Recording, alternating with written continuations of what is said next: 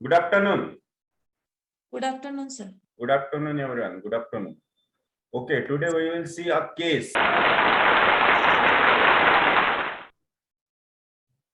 So, first of all, the tribute to the founder of homeopathy, the founder of this path, Dr. Samuel Hahnemann, is a great scientist, doctor, and our father.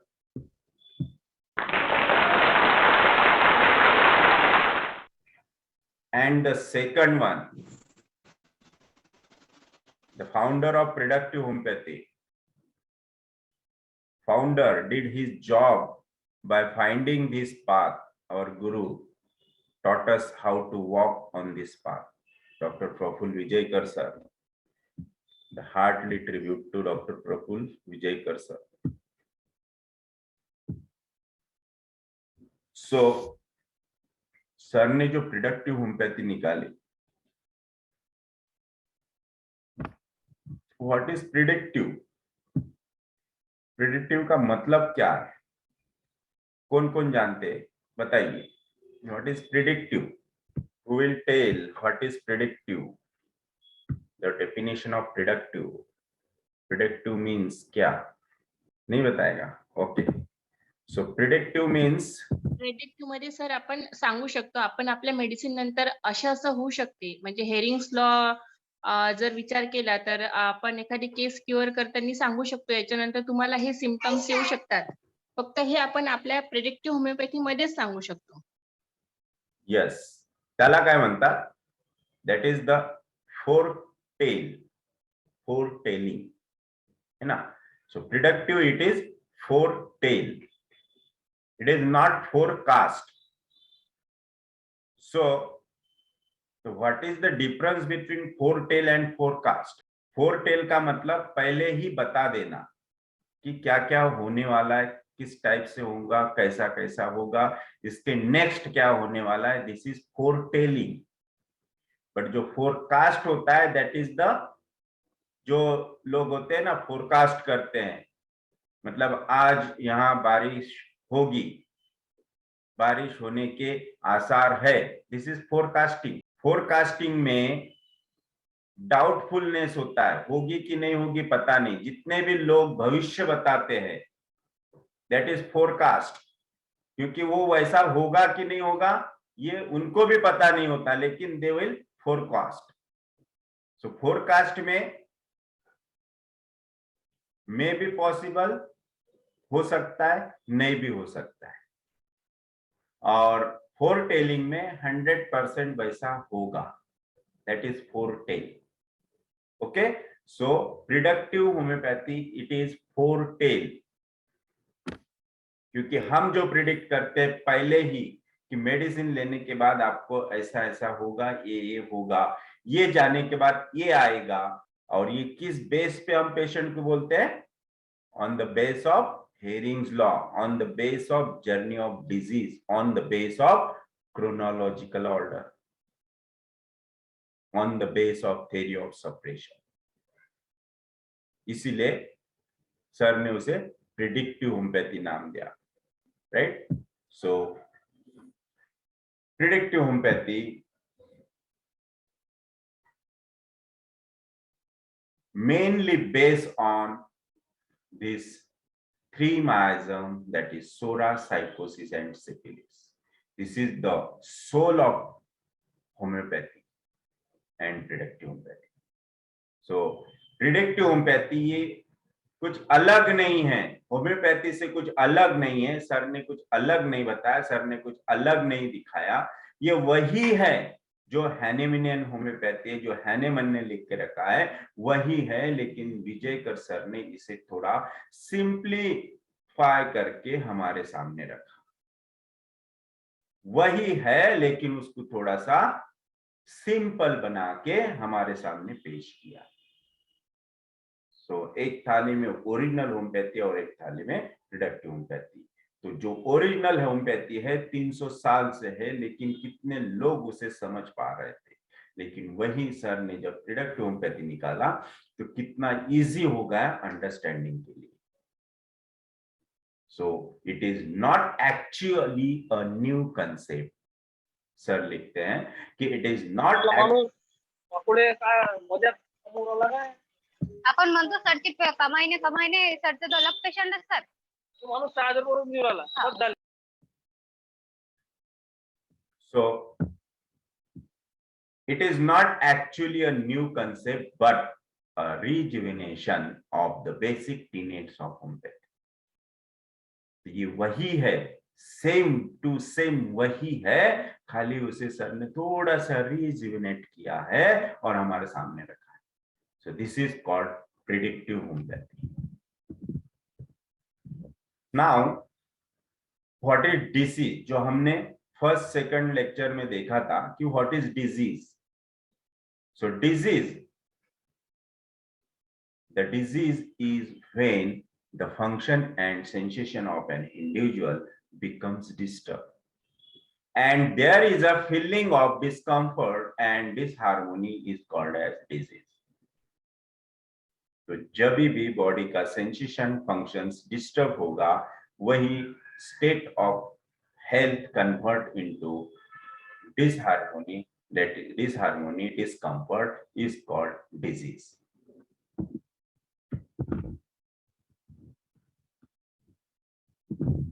So view about diseases.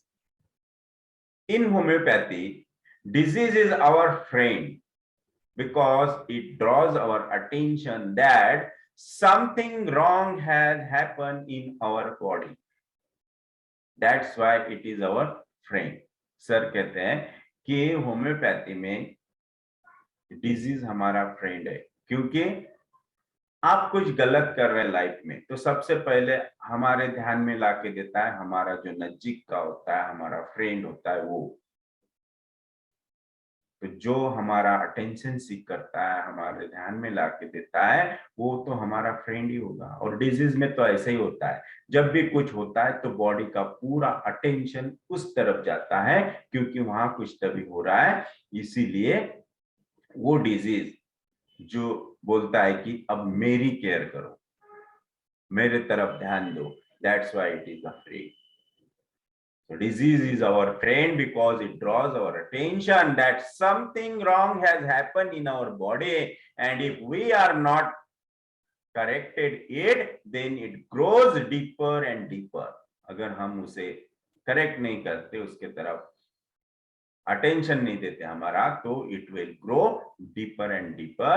That is the first physiological defense, then secondly pathological defense. तो ये first physiological defence होता है. जैसे कि कहीं पे भी body में कोई इंफ्लेमेटरी प्रोसेस हो रही है तो पहले वो इरिटेट करेगा और हमारा पूरा ध्यान उसके तरफ जाएगा. अगर हम उसे नहीं देखते हैं, उसके तरफ केयर नहीं करते हैं, तो it will convert into pathological condition. तो पैथोलॉजिकल में 2 टाइप्स होते हैं, एक तो स्ट्रक्चरल चेंजेस आएंगे या फिर डिस्ट्रक्टिव चेंजेस आएंगे. स्ट्रक्चरल चेंजेस में एक तो ग्रोथ हो सकता है या फिर एट्रोपी हो सकता है, दैट इज द साइकोसिस. और वही अगर वहां डिजेनरेशन डिस्ट्रक्शन होता है, दैट इज सिफिलिस. तो first come physiology, then pathology. And in allopathy the concept of disease और view about disease is enemy. Allopathy consider disease is enemy, इसलिए हमेशा उसको क्या देते हैं, एंटीबायोटिक्स, उसको किल करने के लिए. So disease is enemy. For example any growth cut it. अगर in allopathy, in modern science, अगर कहीं ग्रोथ हो रही तो पहले वो उसे कट करेंगे. Antibiotics thing. That means allopathic system of medicine is totally against the disease. और हम वहीं पे उसके सिमिलर मेडिसिन देते हैं जो उसका कंप्लीटली सिमिलर हो और उसको 100% क्योर करे. इन aphorism 105 Dr. Hahnemann says only on miasm, homeopathy is base. Without it, nothing should be in homeopathy. Yes. अगर ये माइजम ना होते तो शायद होम्योपैथी में कुछ नहीं बचता, कुछ नहीं होता। तो इसीलिए the concrete of homeopathy is miasm. Result 100% sure है, लेकिन केस टेकिंग प्रॉपर नहीं है। आप पेशेंट केस बताने को ही आता है, लेकिन हमें उससे कैसे निकालना है वो हमारे गट्स पे डिपेंड होता है, हमारे आर्ट पे डिपेंड होता है। यस, सो केस टेकिंग के बाद पार्ट होता है मटेरिया मेडिका का। आता okay yes sir. Sir. Yes sir. तो मटेरिया मेडिका का हमें अगर पूरा नॉलेज है तो मटेरिया मेडिका से आप पेशेंट ओनली ट्रीट नहीं कर सकते, क्योंकि मटेरिया मेडिका का नॉलेज होने के बाद भी हर ड्रग का नॉलेज आपको है, लेकिन selection of materia medica totally depend on the theory of organon and repertory. तो ओनली मटेरिया मेडिका का नॉलेज होके पता फर्क नहीं पड़ेगा, तो आपको ऑर्गेनोन भी पता होना चाहिए कि किस रूल से, किस लॉ से, कौन से जो क्लॉज है जिसके ऊपर हमें मेडिसिन सिलेक्ट कर रहा है, इस पेशेंट को ट्रीट कर रहा है, तो वो नॉलेज मिलेगा आपको ऑर्गेनोन से।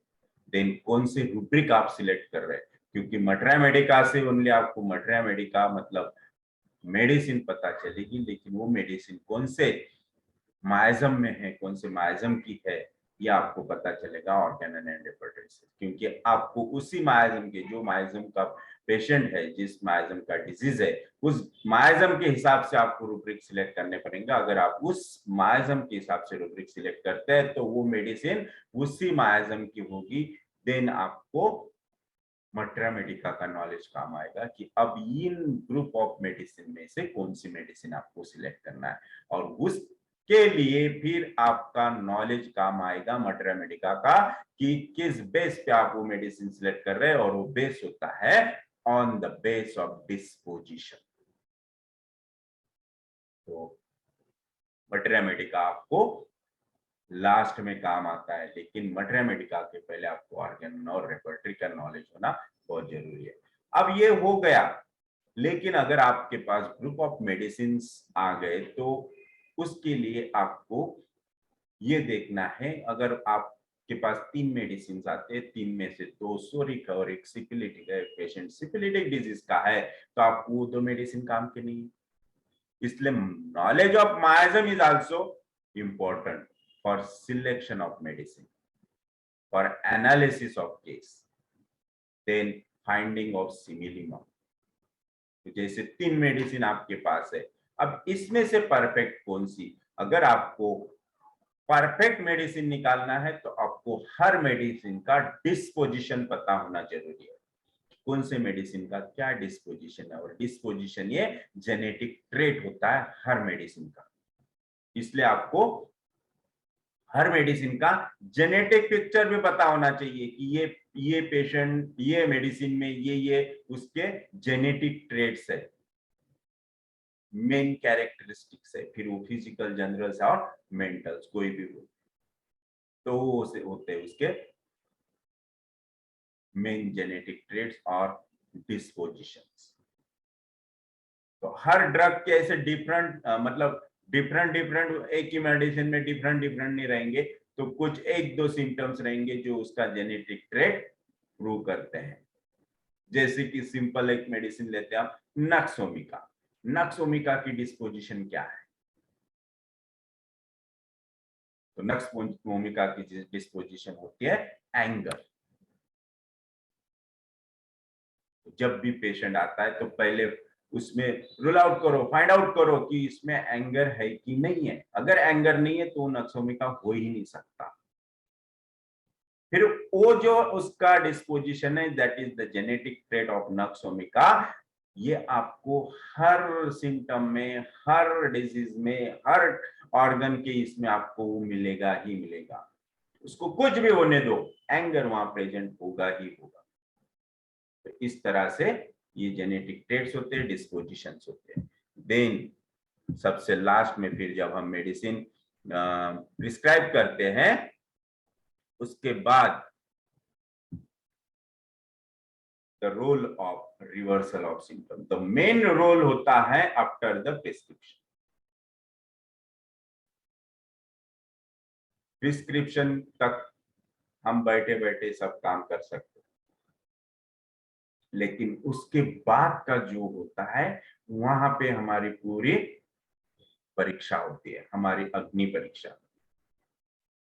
क्योंकि reversal of symptom that means follow up में अगर आपकी गड़बड़ हो गई तो फिर उसके पहले आपने जितना भी वर्क किया उसको कोई इंपॉर्टेंट नहीं, इट बिकम्स यूजलेस। पेशेंट आता है, उसे एग्रीवेशन हुआ कि एम्लोरेशन हुआ, हम एक्सपेक्ट करते हैं फर्स्ट एग्रीवेशन देन एम्लोरेशन, लेकिन पेशेंट बोलता है कि मुझे पहले 15 दिन इतना अच्छा लगा और उसके बाद वापस सिम्टम्स बढ़ना शुरू हो गए, है ना। पेशेंट बोलता है कि पहले 15 दिन में तो मुझे इतना अच्छा लगा, ऐसा लगा कि मेरी बीमारी कंप्लीटली बैठ गई, लेकिन उसके बाद मेरे सिम्टम्स वापस आ गए, मुझे वापस तकलीफ होना शुरू हो गई। It means wrong medicine.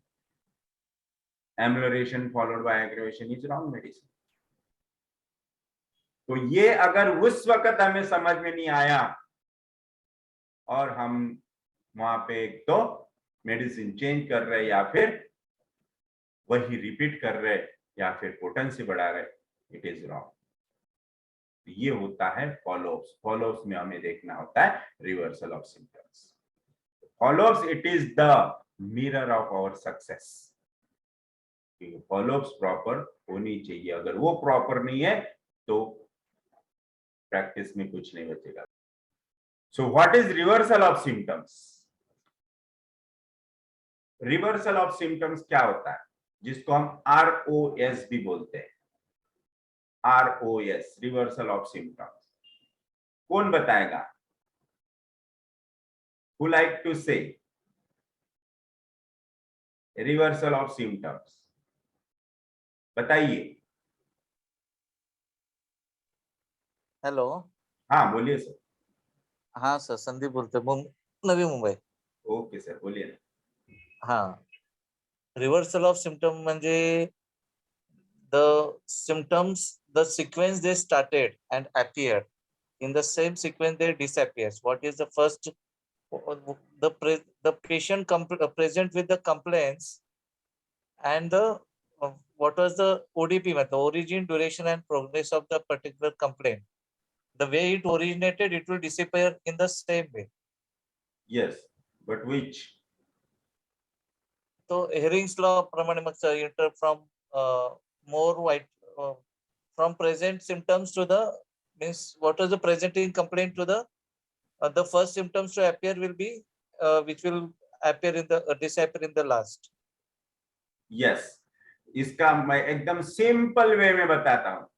जैसे कि आप बॉम्बे से अकोला आए,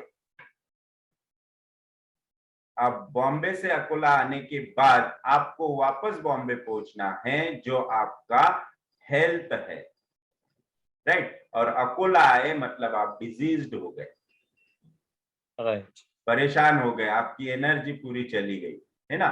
आते आते रास्ते में, है ना, बहुत से स्टेशंस लगे, बहुत खाना टाइम पे नहीं मिला, पानी टाइम पे नहीं मिला, रेस्ट नहीं मिला, मतलब आप अकोला पहुंचे तो आप पूरे थक गए। तो आपको वापस मुंबई पहुंचना है। अकोला आने के बाद आप यही सोचेंगे कि मैं कब घर जाता, क्योंकि मेरे घर पे मुझे पीस मिलता है, रेस्ट मिलता है, राइट। और आपका घर that means Mumbai is your health. तो वो रिवर्सल ये होता है कि जिस तरह आप आए उसी तरह से आप रिटर्न जाएंगे, राइट। मतलब आप मुंबई से अकोला पहुंचे, अकोला पहुंचने के बाद आपका रिवर्सल शुरू हो जाता है। अकोला से वापस आप एक एक स्टेशन करके आप वापस मुंबई पहुंचेंगे, that is the reversal of the symptoms in the order of appearance of symptom. सबसे लास्ट जाएगा, first appearance is goes last, and जो लास्ट में आया वो सबसे पहले जाएगा। So reversal of symptom is nothing but the restoration of health. समझ में आया? Yes, sir. सो एक सिंपल पिक्चर मैं आपको